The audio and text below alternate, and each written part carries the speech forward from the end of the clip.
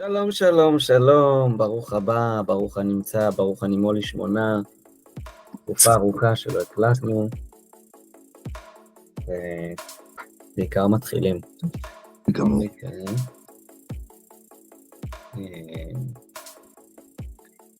זהו, אז מלא קרה אז תחילת המלחמה, ואני לא יודע על מה לדבר. כאילו מצד אחד אפשר לדבר על מה המצב של המיזם שלנו, אפשר לדבר על רגשות בזמן מלחמה. אז בואו נתחיל עם שיחה מבולגנת. היה לנו המון דיבורים על שלום דעות עולמי בכל מיני צורות, על הצורך לחבר ולאחד דעות, השתתפות בכל מיני מזמי שיח ואחדות. שאני קצת מיואש מהם, אני מרגיש שהכל שאני מחפש מאוד מאוד קשה למציאה. ואמרתי אולי נתחיל את זה דרך הפודקאסט, כי אני לא רואה איך אני מרים פרויקטים גדולים. אז בואו נתחיל פשוט לדבר, זה היה הרעיון. ואני לא יודע באיזה פורמט זה יהיה. הפורמט הראשון שחשבתי עליו זה שפשוט נביא אנשים להתווכח על איזשהו נושא. עדיף, או הכיוון שאני חשבתי עליו זה להביא חבר שלך, חבר שלי, משהו כזה. לייצר איזשהו דיון ולנסות לייצר את הסינרגיה הזאת אונליין. אני חושב שזה מאוד יומרני ומאוד מאתגר. בסופו של דבר, לפחות אותי, כולם מעניינים. אם אני הולך שוב למקום של איך אני רואה את זה, או איך אני מדמיין את זה, אני חושב שההשלמה של דעות, החיבור של דעות, הסינרגיה הזאת, היכולת שקצת דיברנו עליה בלימוד המשפחתי שלנו בשבוע שעבר, היכולת לבוא ולומר שהעולם הוא אחד, שאחדות היא משהו בסיסי של העולם, היא לא איזה כורח מציאות פרקטי, אלא זה משהו שקיים בעולם, ולכל דעה ולכל שאיפה, במיוחד אם היא ציבורית, במיוחד אם היא רחבה, צריך להיות מקום. זה אמירה תובענית בעיניי, זאת אומרת, היא דורשת מאיתנו מאמץ למצוא את זה, להציג את זה, לנסח את זה, לראות איך דברים יכולים להתחבר. ואני הייתי מאוד רוצה לעשות את המאמץ המשותף הזה עם מישהו. חלק מהעניין, שזה באמת יבוא מכל מקום. נגיד, אחד הדברים שהם מפריעים לי, למשל ברבעון הרביעי, זה שבעיניי יש בהם משהו מאוד, גם הצד החיובי בהם, כן? אני לא שולל, אני אומר, לי זה מפריע בפן הזה של, יש בהם משהו מאוד, לא יודע איך לקרוא לזה. ילדותי? לא, ממש לא. להפך, יש משהו מאוד פרגמטי שבא ואומר, בוא נתרכז ב-70% במרכז, אני חושב שהם מגזימים, אין שם 70%, זה אולי 60, אבל נגיד בוא נתרכז ב-60% במרכז, ונעשה מזה אחדות. זאת אומרת, ניקח את כל אלה שהם קרובים, ונתעלם מהקיצוניים. לי זה מפריע. עכשיו, אולי זה בגלל שאני בקצוות, אז בגלל זה זה מפריע לי. אני לא יודע, זה מרגיש לי לא... זה לא מרגיש לי אחדות, זה מרגיש לי הסכם נוחות. אז אני דווקא כן הייתי רוצה לראות איפה דעות יכולות לדבר, וחלק ממה שהתחלתי לומר זה שאני לא מכיר הרבה אנשים שמדברים ככה. אני חושב שבהרבה מובנים אני שומע את הרב שרקי מדבר באופן הזה, היכולת להצביע על הדברים הטובים בכל דבר, ואיך הכל משתלב ביחד. הרב ליאור אנגלמן נורא מעניין בסיפור הזה, למרות שלא שמעתי אותו הרבה זמן. והאמת שיצא לי לאחרונה לשמוע פודקאסט, אולי אפילו המלצתי לכם עליו, אני לא זוכר, שכחתי את השם שלו. דורן שפריר. זכרתי שזה משהו דומה לדורון, ולא זכרתי מה. דורן שפריר, בחור מעניין. ההיסטוריה של רוע, כוח, היטלר, יהדות, אסלאם ומלחמות העולם. זה בפודקאסט של דניאל דושי. כן. לא משנה, זהו, אפשר, כי זה חלק מהבעיה, אני לא יודע מה לעשות עם זה. נעלה נושא בעצמנו, נדבר על דוגמאות מהיום-יום.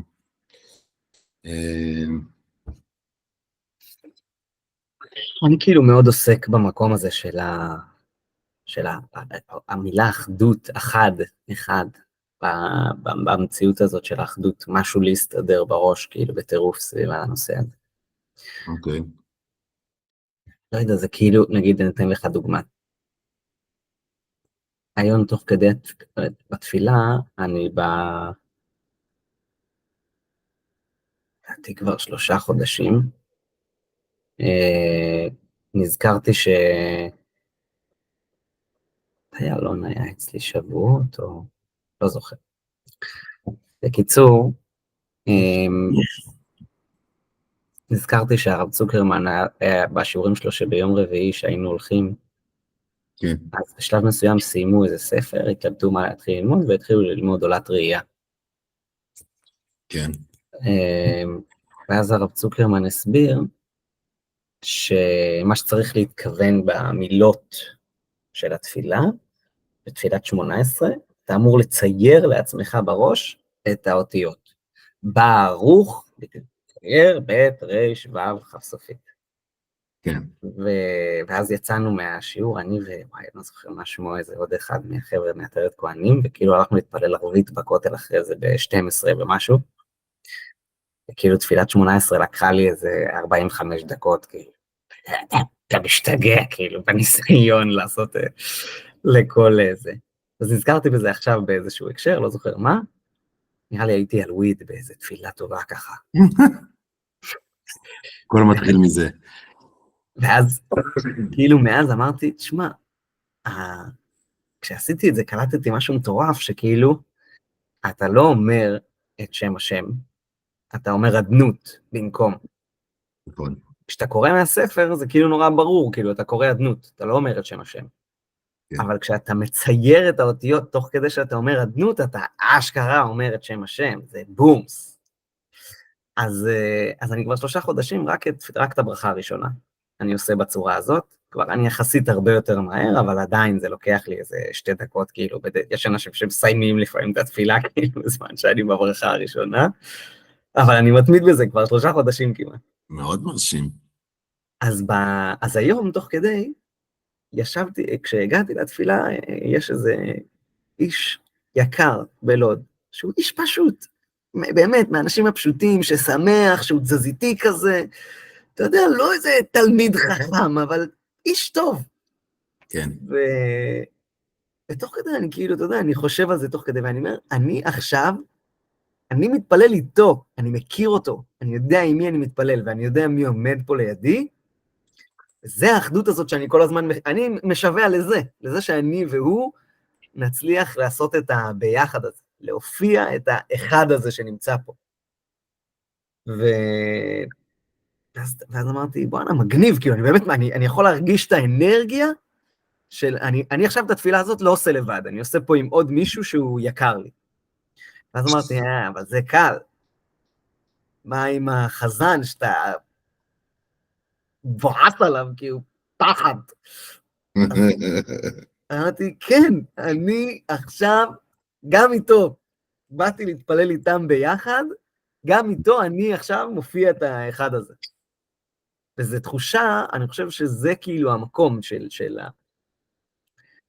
אפילו שאני חושב נורא נורא שונה ממישהו, ויש התנגדות אמיתית, אבל כשאני מבין שבשביל להיות האחד הזה, שאני אומר אותו בשמה ישראל, שאני מכוון עליו באמת, שאני מבין שזה מה שכולם מבקשים, כולם מבקשים אחדות, הם אפילו לא מבינים מה הם מבקשים, הם מבקשים להיות מסוגלים, להיות הם, ולא לפחד מזה שהצד האחר, אני והוא ביחד מופיעים את הדבר הגדול יותר, שהוא אחד. כן. שותפות מסוימת על אף המחלוקת המשמעותית בדעות ובאופן הופעת החיים. כן. מאוד מעניין, מאוד חווייתי.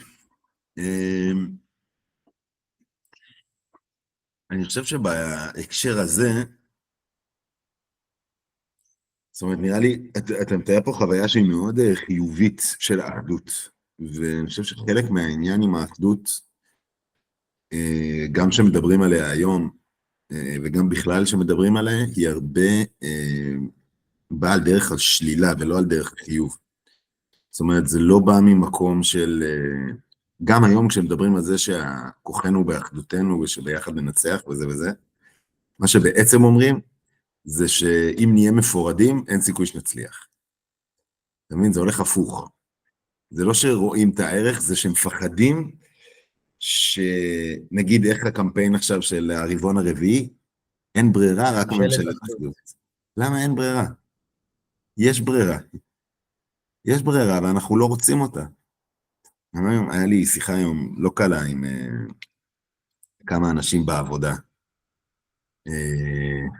והתווכחנו, זה התחיל מזה שהוא שאל אותי מה אני אומר על הסיפור עם גלנט שקורה עכשיו, כמובן שלא היה לי מושג, ואז התחלנו לדבר על זה, ואז אמרתי, אוקיי, מה הבעיה?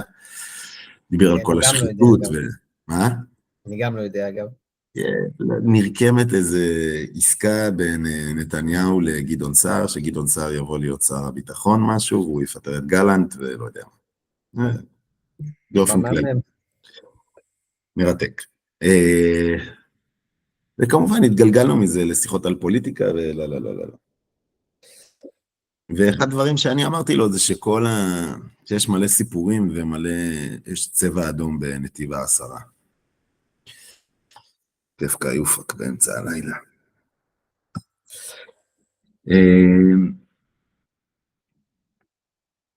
ואחד הדברים שאמרתי לו זה שבעיניי, כאילו כל הסיבות שהוא אומר נתניהו כשל והוא אשם והוא צריך ללכת וכל הזה וזה וצריך לעשות בחירות וכולי.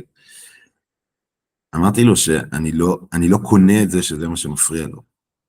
זאת אומרת, זה לא, הנקודה היא לא הכישלון, הנקודה היא לא הוויכוחים על העסקה, ציר פילדלפי, כל הדברים האלה לא מעניינים. מה שמעניין זה שאין לגיטימציה מבחינתו לצד השני לשלוט.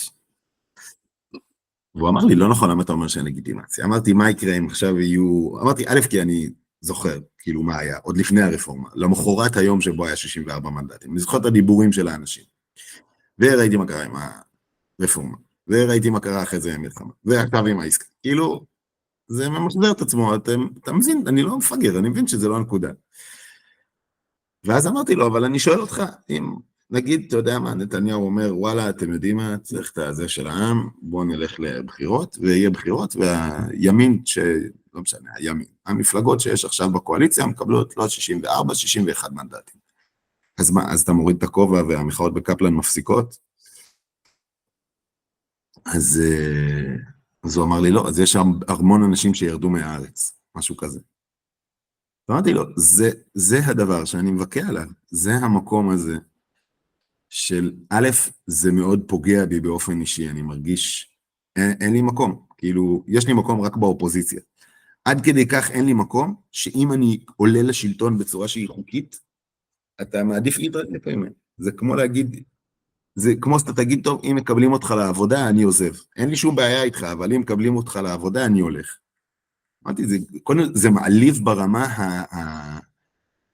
זה לא ברמה האישית, ברמת היכולת לכבד את הדעה שלי, כאילו, זה לא נעים. אבל אמרתי לו הרבה יותר מזה. גם אם אני רוצה לשלוט ולקבל החלטות, אני חושב, אחרי זה היה לי שיחה יותר ארוכה על זה עם מישהו אחר, כשנגמרה השיחה, ודיברתי איתו על כל העניין הזה של האחדות, וכמה בעיניי זה חשוב ומשמעותי. אני חושב, זה אנשים שאני רוצה שהם יהיו פה, לא כי אני רוצה שהם יהיו כמוני, כי אני חושב שהדעה שלהם, הכיוון הליברלי, השמאלני, הסוציאליסטי, לא יודע, תחשוב על עוד כיוונים, המתון, כל הכיוונים שיש במרכז שמאל ליברליזם, היה פחות זה קול דתי. חשוב שאני רוצה שיהיה פה, אני לא רוצה נכון, שיהיה כאן אחדות מחשבתית, כי נכון. כולם ביחד צריכים להישמע.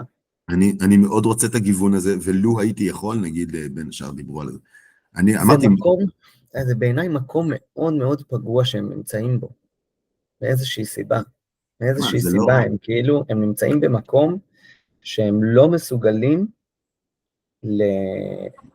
לקבל את העובדה שאנשים טובים. זה בדיוק מה שכאילו, זה אחד הדברים שאמרתי לו. הנחת היסוד שלי, שהאנשים הם טובים, הם רוצים לטוב, ולכן אני לא מפחד שדעתם פה. ואם אתה חושב שאם יגיע שלב שהממשלה תחליט שאין יותר בחירות, שאנחנו הופכים להיות משטר מלוכני, אני לא אאפשר את זה, כי יש את המתח הזה, זה חלק, והם לא מסוגלים להכיל את זה, הם לא מסוגלים לקבל את זה. אין מה פתאום, אתה לא מבין שאם השלטון משתלט, זהו, אז העם הוא לא רלוונטי.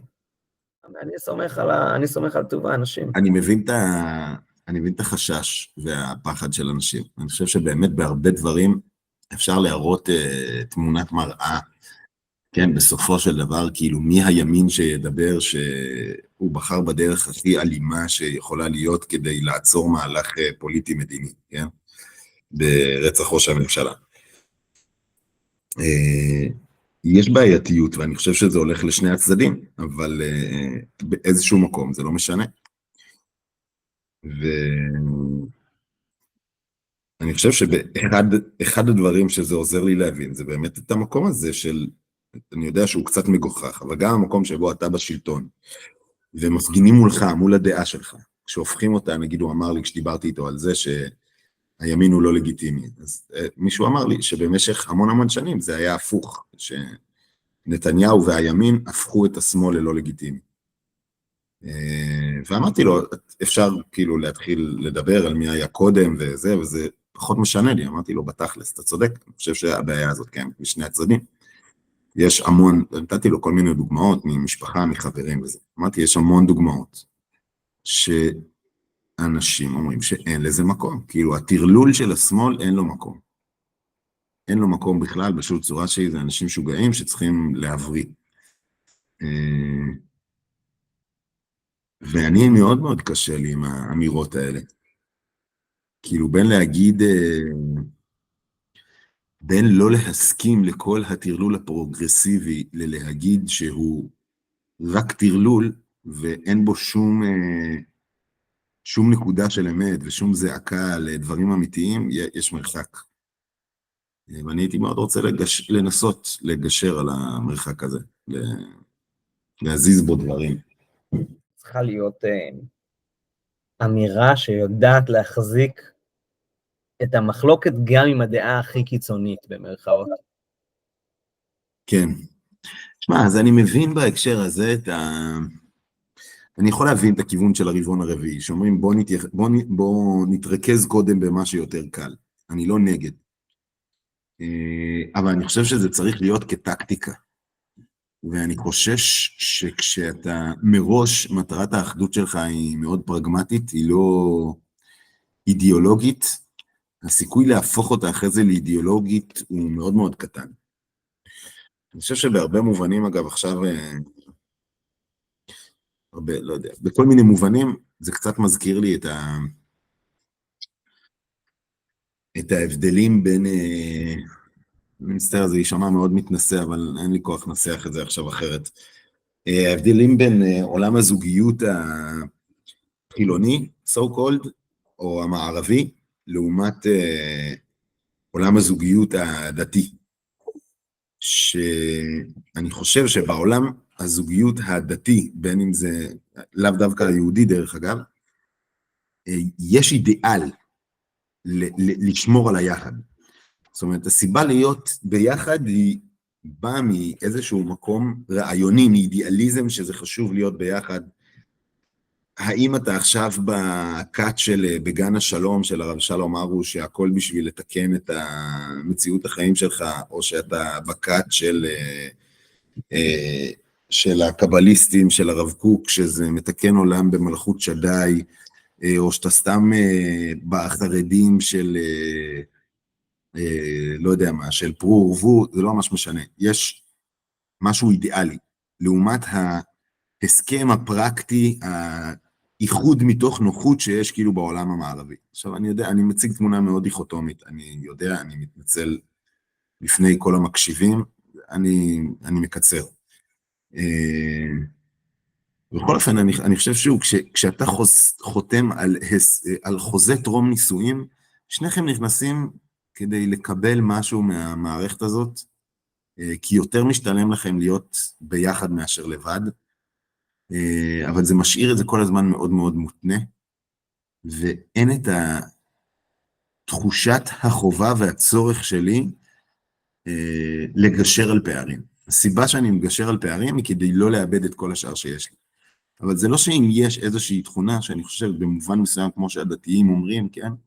אם יש איזושהי תכונה אצל בן הזוג שלך שקשה לך איתה, או שזה בא ללמד אותך שאתה צריך להשתפר בתכונה הזאת, או שזה בא ללמד אותך שאתה צריך להשלים את התכונה הזאת, או שאתה צריך לעבוד על הסבלנות שלך, או שככה אתם מקיימים את אור השם בעולם, לא משנה מה.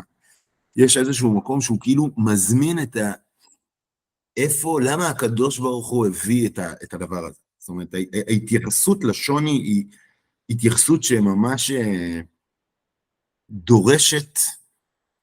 דורשת מהאדם לעשות איזה צעד שהוא מעבר לעצמו. וזה מאוד מאוד חסר לי בדיבורי האחדות האלה. שוב, שאני שומע, ועל זה דיברנו לא מעט, אבל טוב, אני מרגיש שאני נכנס לעוד נושא, אז אני אעצור פה.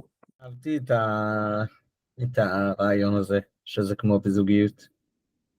אני חושב שזה גם כאילו מאוד, אני מאוד מרגיש את זה בצבא, עכשיו במילואים, שאני פוגש חבר'ה צעירים, או חבר'ה אפילו קצת יותר בוגרים, ואתה מדבר איתם על המקום הזה של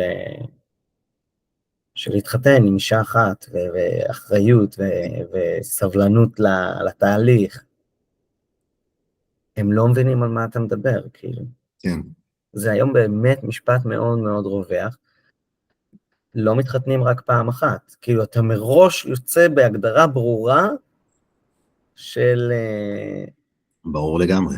אני לא הולך להתחייב, למה שאני אתחייב מעכשיו עד סוף חיי למישהי, אין שום סיכוי. וזה עצוב, בעיניי. אני מאוד חוויתי את זה לפני זה, במקום, אתה יכול להסתכל עליו הפוך מהמקום הזה של רק פעם אחת, אבל הוא בעיניי היה אותו מקום, אני הסתובבתי עם כל מיני אנשים שהיו תמיד מאוד ממורמרים לגבי הנישואים שלהם. כאילו באיזשהו מקום מאוד מאוד, מאוד קלו בתוך סיטואציה שאני לא רוצה להיות בה, ואין לי ברירה. והפריע לי בזה גם זה שאתה קלו ואין לך ברירה, ואתה לא עושה משהו. כאילו, ואתה לא פועל אחרת, אתה נשאר בתוך המקום הזה. אבל גם זה שאתה נמצא בתוך חוויית הכליאה הזאת, ואתה לא יכול לראות איך יכול להיות שחוץ מלשרת את האהבה שהיה לכם פעם, ואת זה שיש לכם ילדים, אתם יכולים להגיע ליחד גדול יותר ומשמעותי יותר, ושיהיה לכם טוב ביחד.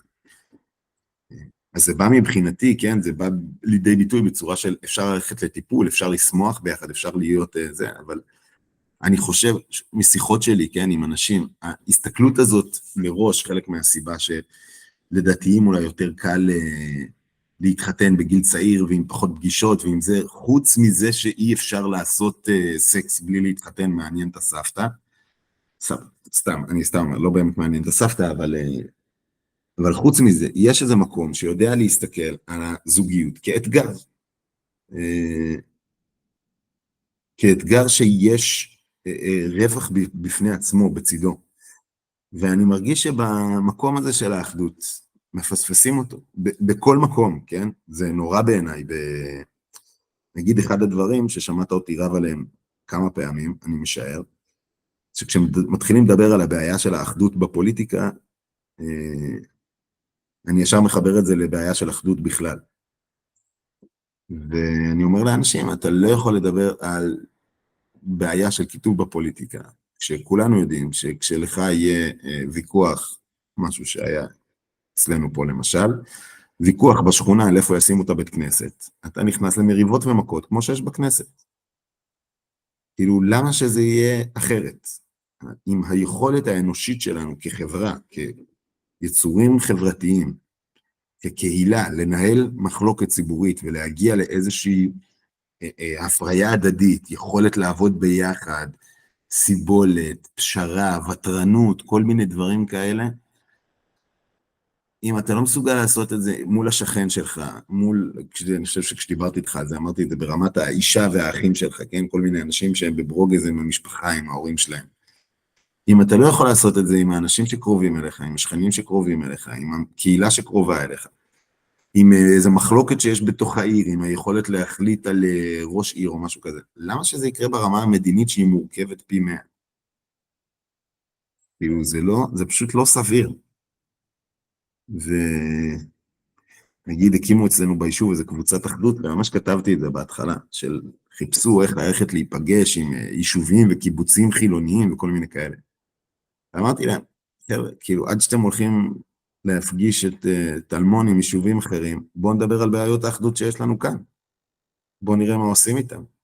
עכשיו, זה לא סותר, אין לי בעיה שנעשה את זה במקביל, אבל בואו נעמוד מול עצמנו ונגיד שיש כאן בעיה שהיא לא מתחילה ברמה הלאומית. אני חושב שיש שם אתגר מאוד מאוד גדול. וחלק מהטענה שלי בהקשר הזה, אני טיפה הולך עם מיכה גודמן בסגנון שבו הוא הלך במפלגת המחשבות ובכלל. אני חושב שלהבין דעה אחרת ולהצליח לכבד אותה ברמה הפילוסופית המוסרית, יכול מאוד לעזור במובן הזה. ועם זאת, אני חושב שזה, או בהמשך לזה, אני חושב שזה צריך להיות באיזשהו אופן ברמה של שיחה. והרעיון שאנחנו דיברנו עליו, או הרמה שבה אני רוצה לעשות את זה, אני חושב כדי שזה יוכל להשפיע על קהלים ולהיות תנועה משמעותית, אני חושב שזה צריך שיחות שצריכות להתרחש בין, כמו שאני מתווכח עם חברים בעבודה, שזה יקרה בין הוגי דעות מוכרים, אנשי דעה, אנשים שמחזיקים מהדעה שלהם. וזהו, משם נולד הרעיון שלנו לקבץ הוגי דעות למפגשי מחלוקת שמטרתם איננה ליצור הכרעות, אלא ליצור הבנות. אני שוב חוזר להתחיל מבית, אז אני חושב שזה גם מתחיל עוד קודם. זה מתחיל בך עצמך. קצת כמו הגמרא הזאת של אני זוכר את עצמי מיום שתכננו אותי. אבל ברוורס, אני חושב שלדעת שיש בך קולות שהם נשמעים הזיה, וזה תקין, אני יכול, וזה תקין, שעולות המחשבות כאלו, יש לי עוד קולות בראש, ואני בסוף בוחר מה לפעול. ואני אישית לקח לי המון שנים, ואני חושב שעד היום אני מתמודד עם זה הרבה מאוד פעמים, כדי להיות מסוגל להכיל את זה, להבין שזה בסוף, זה עוזר לי גם לחדד אותי, כאילו זה בסדר שעלו לי מחשבות לא טובות. כן. לא לאמץ את המחשבות האלה, או להגיד הם סבבה, פשוט להקשיב להם, לראות שהם שם ולא ישר לעשות, אתה לא באמת פה, ביי ביי ביי. נכון, אני חושב שזאת ההתמודדות האמיתית, אני חושב שבשנה האחרונה אני עובר עם זה תהליך מטורף, של להקשיב לכל, ולא להיבהל. כן. טוב, אני רק אומר פה שלא יהיה עצה לזה, כי לא עשינו דיסקליימר שאין בזה שום עצה ולא זה לשום דבר, לא עצה רפואית וזה. אז אנחנו אומרים שאם אתם שומעים קולות באופן כללי, כדאי לראות רופא. הם לא מייעצים שום דבר. כן. לא, אני חושב אני בדיוק דיברתי על זה עם הדר, שכמה שהסרט הכל בראש הוא מדהים, ביכולת שלו להעביר לילדים בצורה מאוד מאוד ברורה, את הקולות בראש האלו, בעצם יש לי מחשבות, וזה מה זה בסדר, כאילו כל אחד מהם הוא מביע משהו, וצריך את כולם. כן. זה ממש, אני ממש אוהב את הסרט הזה, ועכשיו יצא 2, אז כאילו, לא ראיתי, אבל הם פתאום אמרו, חרדה כאילו, וואי, כזאת מפחידה, וישבתי, אמרתי להם, כאילו, ניתחנו את זה קצת, כאילו, למה בעצם החרדה היא כן. היא כזאת מפחידה. כן, תאמין לי, כשאני אגיד לך שלא ראיתי את הראשון, בטח, סרט מאוד מוצלח. אבל אתה יכול להבין את הרעיון, בסוף הם נותנים... כן, קראתי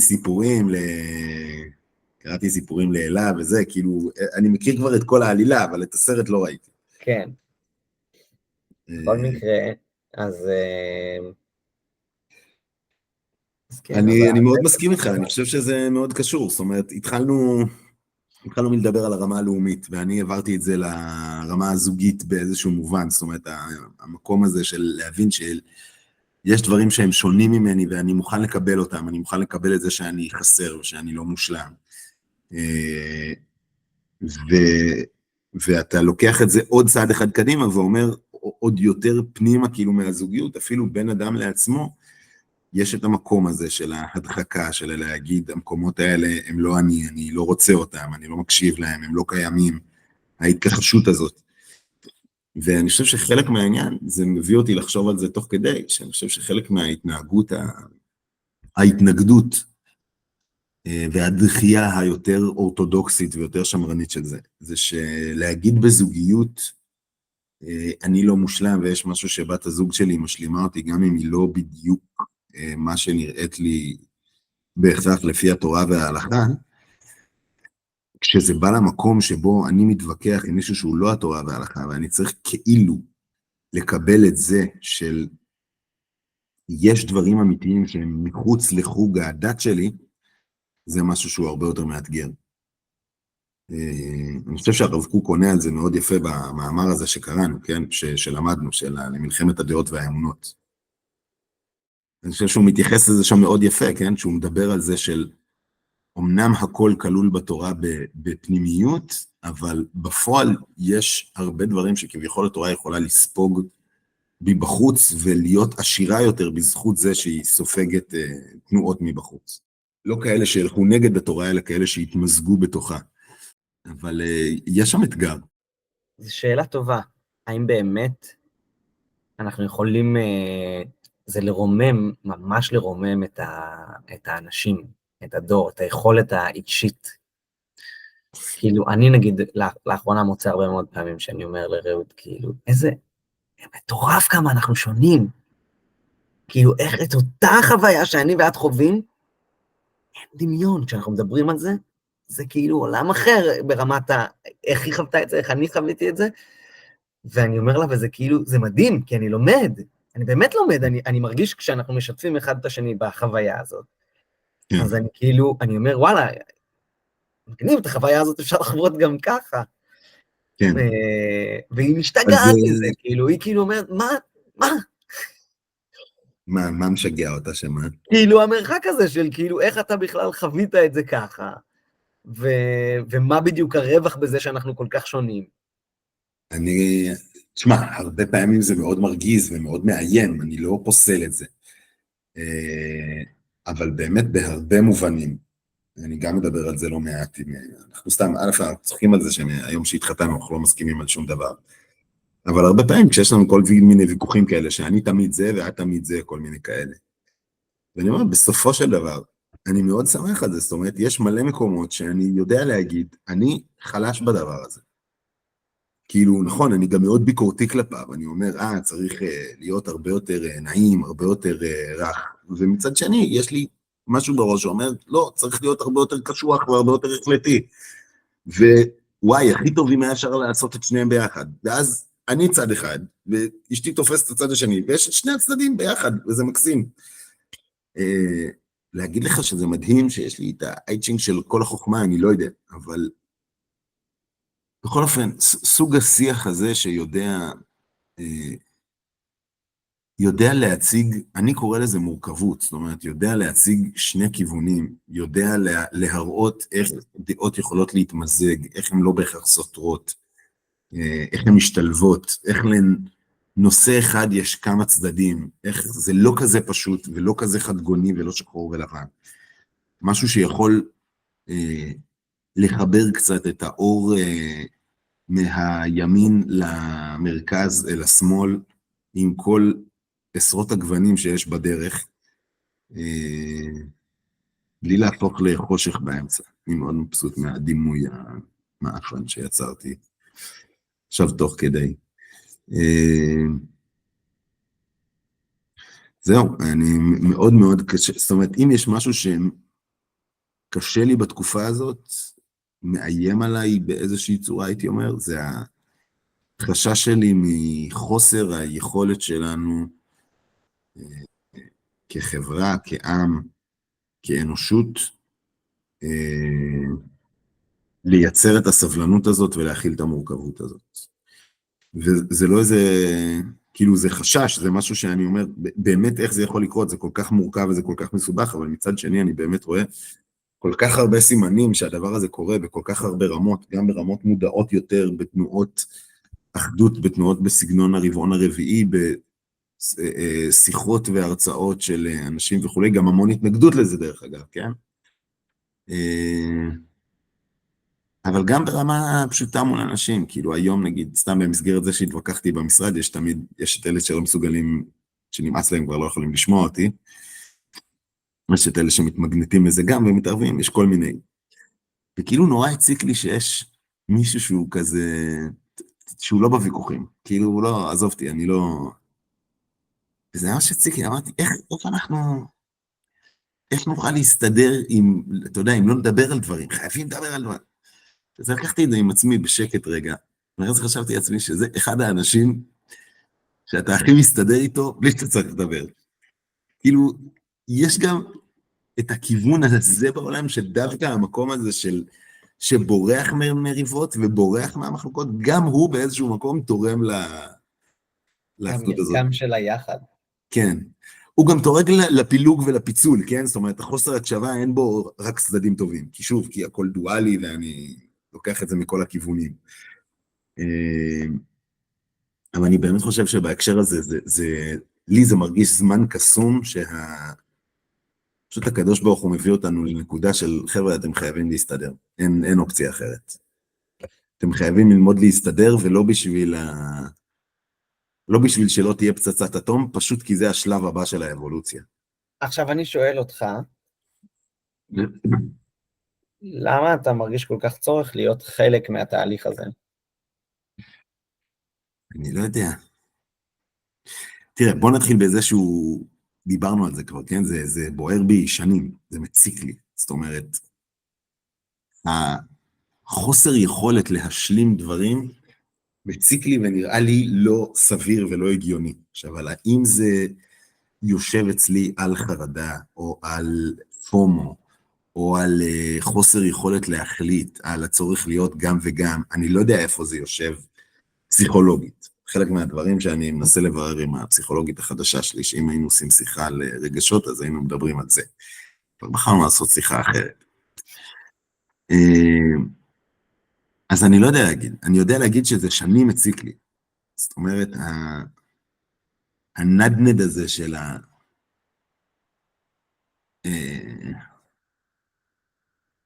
אני לא יודע איך להסביר את זה. אתה חושב שיש לך בשורה שאתה יכול ללמד אנשים איך, בסוף אתה בעצם רוצה לתרגל לאנשים את השיטה של מה שקורה אצלך, באיזשהו אופן.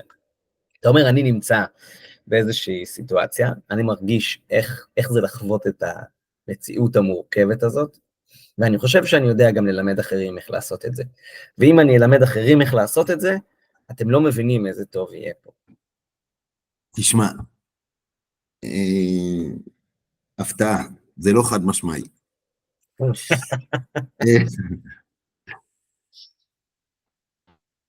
למה כל כך חשוב לך להיות חלק מהתהליך הזה? אז אני בא להגיד, יש דברים, זה התחיל, אני לא יודע מה זה התחיל, אוקיי? אני פשוט מדבר על דברים שונים, אני כאילו מנסה לעשות בזה סדר, אין פה יותר חשוב ומה היה קודם, זה לא מעניין אותי, יש, כמו שאמרת, יש קולות בראש, אני פשוט אתאר אותם, והם שם, זה מה יש, תתמודדו.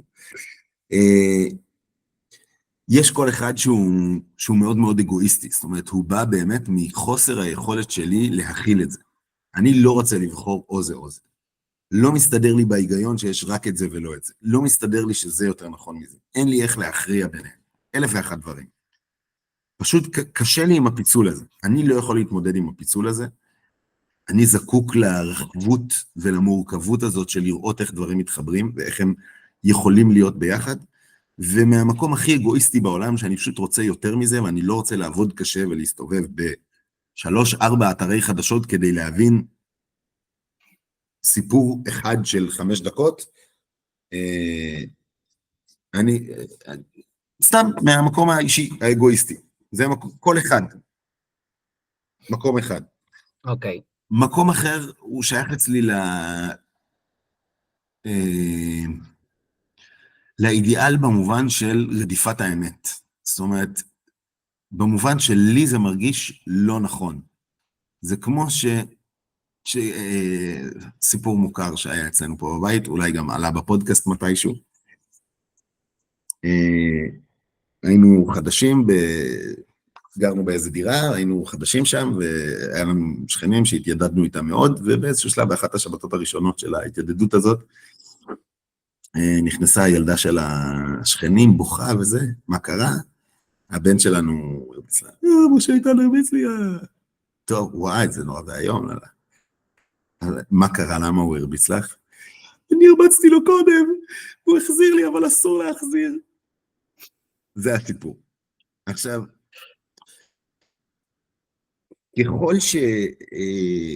ככל שעבר הזמן, החוויה הזאת שלי, לשמוע את הסיפור, להזדהות איתו מאוד, ואז פתאום לשמוע זווית אחרת של הסיפור, ולהגיד, רגע, אני מרגיש שקצת שיקרו אותי פה, וזה לא אמיתי, פשוט הלכו והתרבו המקרים האלה.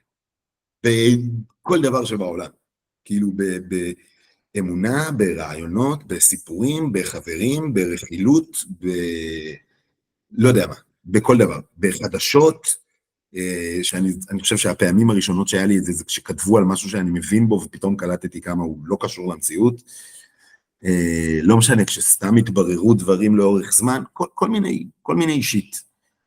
כשאתה מדבר עם כל מיני פעמים, אני חושב, סתם דיברתי עם חברים, ניסיתי לפשר, נגיד, היה איזו תקופה, לא יודע אם אתה מכיר את זה אפילו, היה איזו תקופה שאני הייתי המגשר חברות של החברים שלי. ואתה מדבר עם צד אחד, ואז אתה מדבר עם הצד השני, ואתה כאילו קולט את הפערים הבלתי סבירים, וכאילו כמה אין לך תמונה מלאה שלה.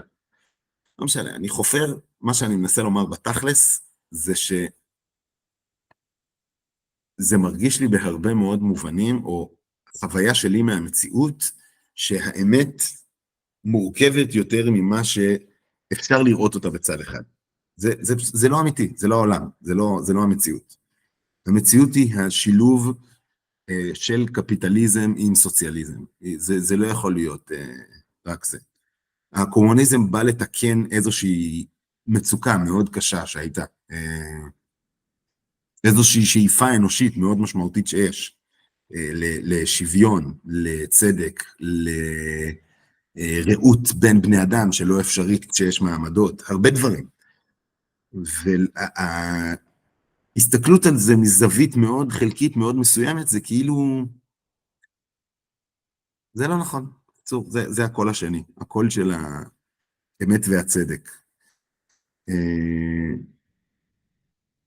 ואני חושב שמקום שלישי, שאולי קצת קשור למה שדיברנו קודם, זה המקום הכמעט דתי של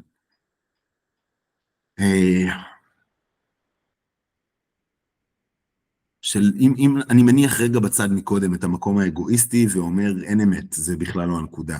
פשוט במקום של יש בזה יותר כוח. זאת אומרת, דברים מורכבים, דברים שמכילים יותר דברים, זה כמעט פרגמטי אם תרצה, אבל במישור הרוחני כאילו, סינתזות של רעיונות, דברים מורכבים, אני חושב שרואים את זה מאוד חזק בעולם הליברלי, גם במובן של החירות שזה מעניק לפרט, אבל גם ברמת המורכבות, יש לך מנגנון מורכב יותר, עשיר יותר במגוון דברים, הוא תורם לכולם, לכל מי שחלק מהמארג הזה.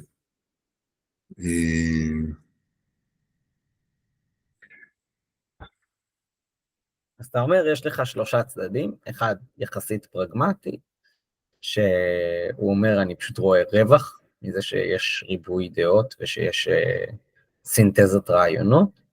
יש מקום שאומר, אני מבין שזה האמת והצדק, ואמרת כאילו, התייחסת לפרגמטי כמו דת משום מה, אבל האמת והצדק, זה לא שזה מגיע ממקום של דת, אבל יש שם מקום של אלוהים, כן? בסוף. כן. לא לגמרי. הייתי אומר שאחד זה מניעים יותר כביכול פסיכולוגיים,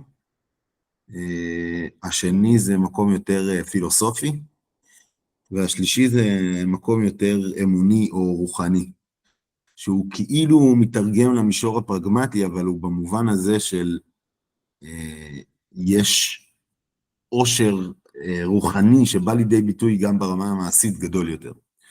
זה לא המקום האישי שלי של לי יש ג'וק בראש של אני צריך את זה, זה מציק לי, אני לא יכול לחשוב אחרת. זה מהמקום הזה של, קצת דיברנו על זה כל מיני פעמים, קראנו לזה הגאולה של העולם. במקום הזה של, יש לי איזו תחושה, איזו ודאות כזאת,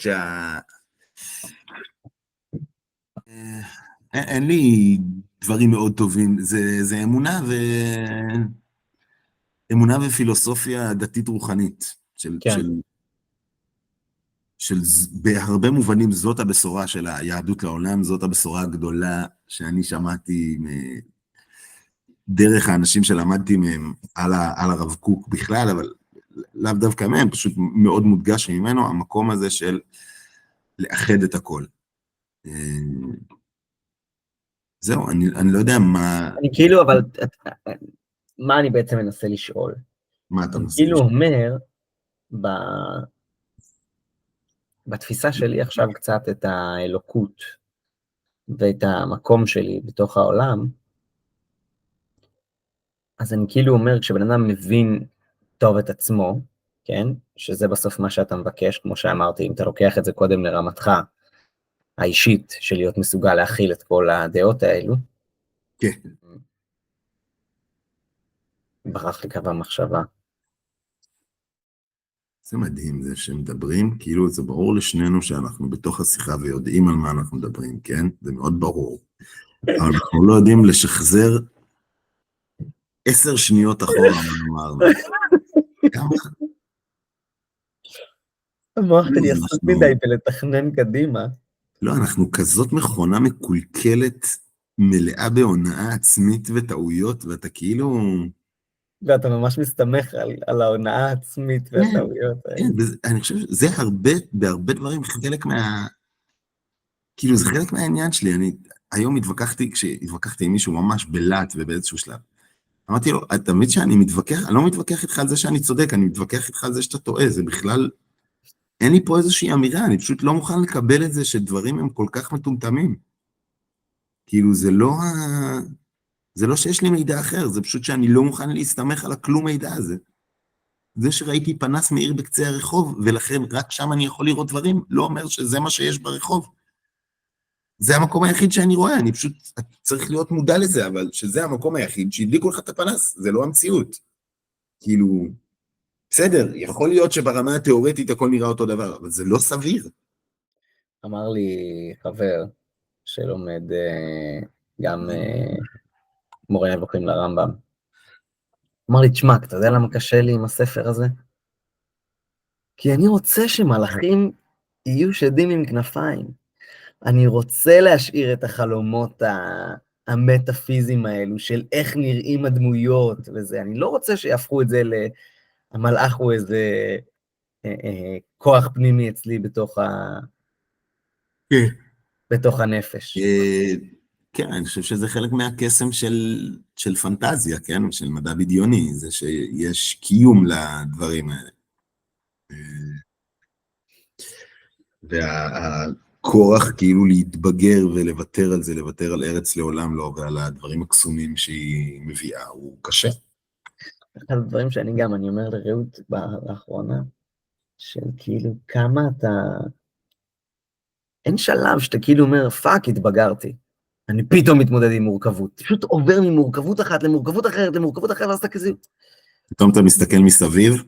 פאק, אני בתוך מורכבות מטורפת. כן. ועברתי כבר כל כך הרבה מורכבויות, אף אחד לא גילה לי כשהייתי ילד, אתה כאילו פתאום, אתה לאט כועס, אתה אומר כאילו, מה זה? לא סיפרתם לי. יש שיר מאוד טוב של נתן גושן על זה, כאילו, אני לא זוכר עכשיו את כן. אבל תקשיב, שכאילו, אני רואה את זה, אבל כל כך חזק עם הילדים, זה מתסכל אותי, ואני פשוט, לאט לאט אני מבין שכנראה אין מה לעשות, זה פשוט יכולת שלא קיימת. זה כל כך מתסכל, החד גוניות והאמוק האלה, שאתה כאילו עם מבוגרים אתה עוד יכול להתווכח עליו, עם נוער זה כמעט בלתי אפשרי. אבל גם שם, ואני דיברתי איתך על זה כל מיני פעמים, אני חושב בשיחות הראשונות שלנו יחסית, כמה זה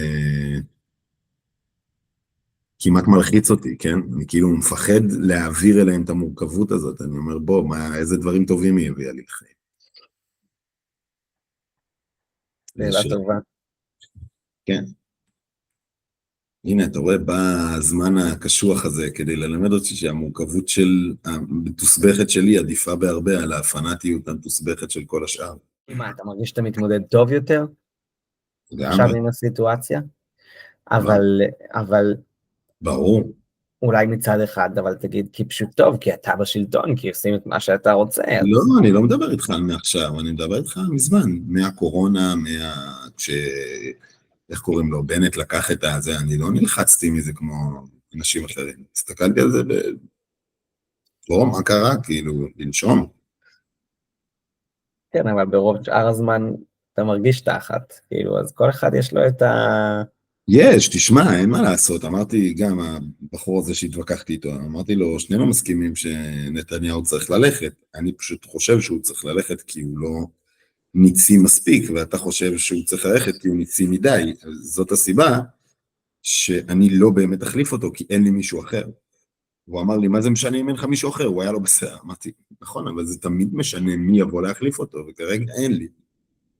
לא משנה, אני לא, כמו שאמרתי קודם, זה לא שאני עומד מאחורי הדעה הזאת או משהו, אבל מה שהתכוונתי לומר זה זה לא שאין לי, אני חף מביקורת, זה לא שאין לי מה להגיד, לא על סמוטריץ' ולא על בן גביר ולא על לא יודע.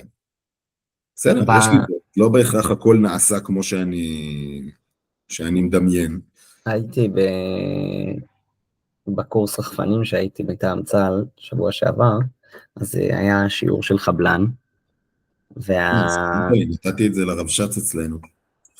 אז הוא ממש, בעיניי זה היה מדהים לראות, שהבן אדם בא ואומר, תקשיבו, אני יודע איך להתמודד עם חבלה.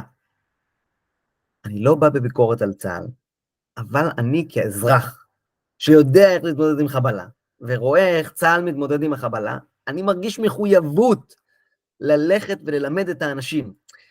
אני חושב שזה מה שאני שאלתי אותך קודם. מה זה שמושך אותך קדימה? ואני חושב שזה ההופעה הכי גדולה של האני, של להגיד, אני לא יודע להסביר בהכרח מה זה שדוחף אותי קדימה. אני מבין שזה הדבר הנכון לעשות. אני לא בא בביקורת על צה"ל.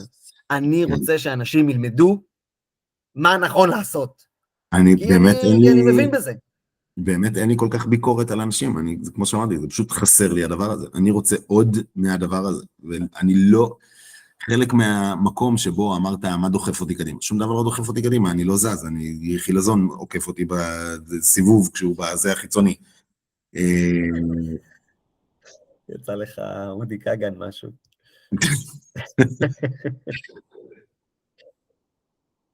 מה רציתי?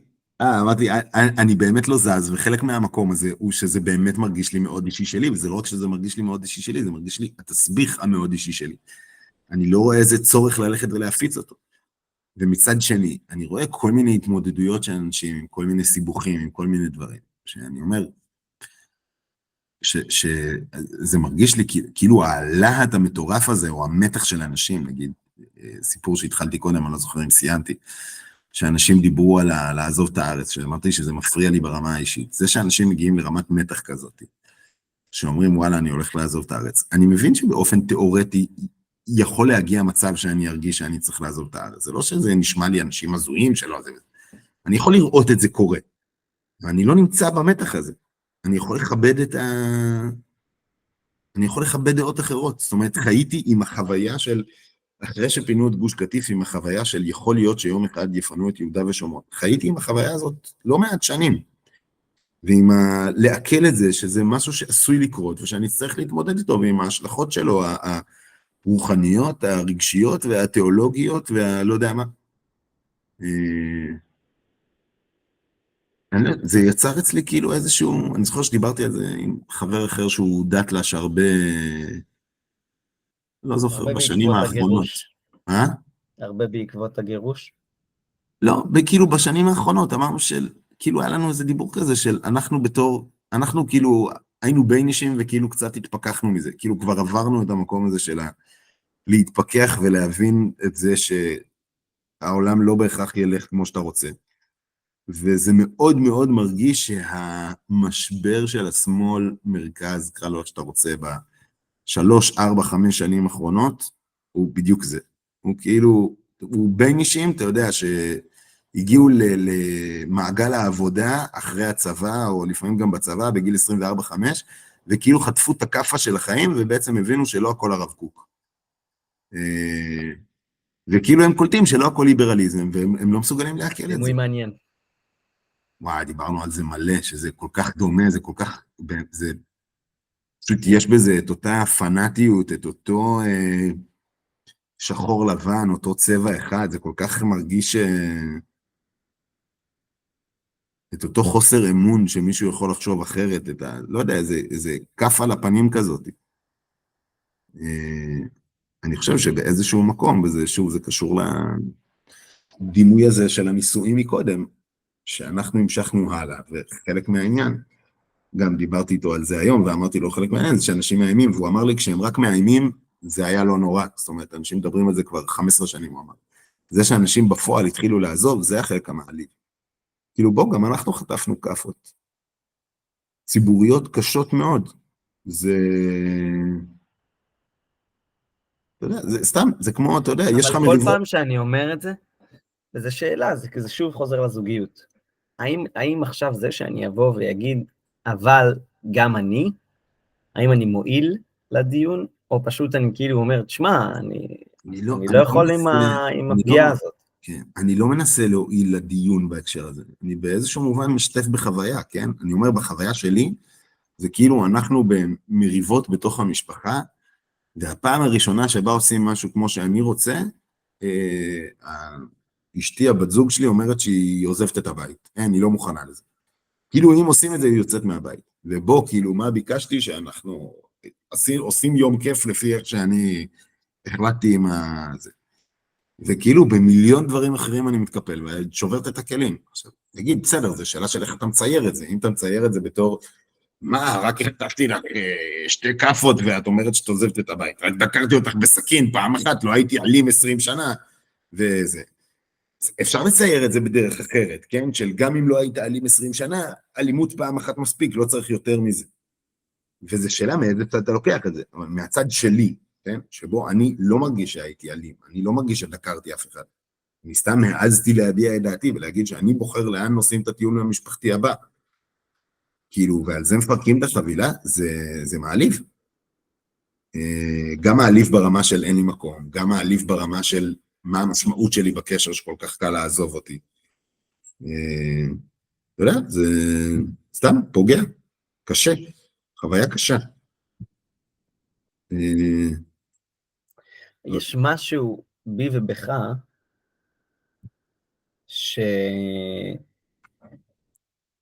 שהוא עובד באופן הזה, של כאילו להיות פגוע, אבל לא להתפוצץ מהפוגע. לא להגיד כאילו, יאללה, אני עכשיו בפייט איתו, אני קורא אותו, אני לא מסוגל להיות, אלא להבין מה הוא רוצה. להבין שזה פוגע בי באופן ישיר, ולהגיד, אוקיי, אני אדאג שלא תפגע בי, אבל אנחנו חברים, אנחנו ממשיכים, כל כאילו, כן. הייתה לי שיחה במרכז פלוגה, על פגיעות מיניות. סיפרת לי. אז שיתפתי, אמרתי שם בזה שאני כאילו נפגעתי מינית, ושאני חבר שלו, כאילו זה היה כאילו, הם היו מה? איך זה יכול להיות? ממש, אתה יודע, כאילו כמה אנשים ממש חזרו על זה, ואז אחר כך אמרתי לגיאלי, ליד אחד מהם, וואלה, אתה יודע, פתחתי פה מרכז פלוגה וזה, תגיד את האמת, יצאת מהתמימות קצת? הוא אומר, תשמע, האמת, מה שהדהים אותי זה בכלל הקטע הזה שאתה שאתה אומר שאתה חבר שלו, אני לא מצליח להבין איך אפשר. ואין, אני כאילו, הם לא הצליחו, אמרתי להם, אני באמת יודע להגיד שהוא לא התכוון לרע. זה ברור לי. כן. זה ברור לי שהוא לא התכוון לרע. אתה מזכיר לי עכשיו, להבדיל, לא משווה בשום צורה שהיא, אבל כשפיטרו אותי מסטארט-אפ שעבדתי בו, אז אשתי לקחה את זה קשה פי 4 ממני. וזה שוב, זה במקום הזה, חוזר קצת למה שאמרתי קודם, של כל אחד מאיתנו אחר, ואנחנו משלימים אחד את השני בכל מיני מובנים. ואני הייתי מאוד במקום הזה של, כשהמנכ"ל פיטר אותי, הוא בכה תוך כדי, כן? כאילו, אני יודע שזה היה קשה לו לעשות את זה, והיה קשה לו להיפרד ממני, זה החלטה עסקית, זה מה שצריך לעשות. כאילו, סבבה, יכול להיות שיש לי גם, לא כאילו חף מזה, יכול להיות שיש לי גם ביקורת עליו, ואפשר לעשות את זה קצת אחרת, אבל באופן כללי, הבנתי את זה והייתי סבבה. והיא לא סלחה לו על זה שנים, כנראה עד היום, כן? היא הייתה קראתי שם את הצורה במשך 2 ולא יכול להיות שהוא מתייחס אליי ככה. סתם, אתה יודע, וזה היה מקום כזה שהלכתי איתו, אני צריך ללכת עם שני הדברים האלה, גם עם זה שאני מקבל את זה, וגם את זה שנעשה פה מעשה שלא יעשה, כאילו, ניסיתי כל הזמן ללכת על זה וגם יש בזה, אני מסתכל על זה, שיש טוב, בזה, כאילו זה שאלה, היא יכולה בסוף להחליט אם לשחרר או לא, אבל זה שזה פה, זה בסדר, כנראה שזה צריך להיות הכל הזה. היא מחזיקה בשבילי את המקום הזה, של וואלה, יש איזשהו מקום שלא סולח, שנמצא אני אמרתי לך את זה בזמנו על ינון מגל, שכאילו צריך שיהיה את האנשים, שיודעים שיהיו ה-20% האלה שהם ניצים, צריך אותם. כן. צריך אותם, זה בדיוק על זה אנחנו מדברים. אני אגיד לך, אני כאילו מאוד מקבל את זה שצריך אותם, אני חושב שיהיה להם הרבה יותר מקום כשיהיה הרבה יותר יחד. היום, שוב, ממקום שזה פשוט, ואני חושב שזה גם הדרך שאני מתייחס לזה, זה כל כך חסר לי, זאת אומרת, אין לי בעיה עם כל הדברים שיש, מה שמפריע לי זה שיש רק אותם. חסר לי מאוד המקום ביניים הזה, שמצייר תמונה מורכבת, וגם אם הוא מחליט בסוף, אבל נותן איזושהי תמונה דואלית, לא אומר בסוף, תגובת משרד ראש הממשלה, משפט וחצי, אתה יודע, שנשמע כמו תשובת עורך דין כן, למשהו כזה של מרשי כופר בטענות. כאילו, אלה, מה אתם חמורים? כאילו, תציגו משהו של הבן אדם, הוא לא אידיוט לגמרי. חסר לי. טוב, אני חושב שבנימה אופטימית זו,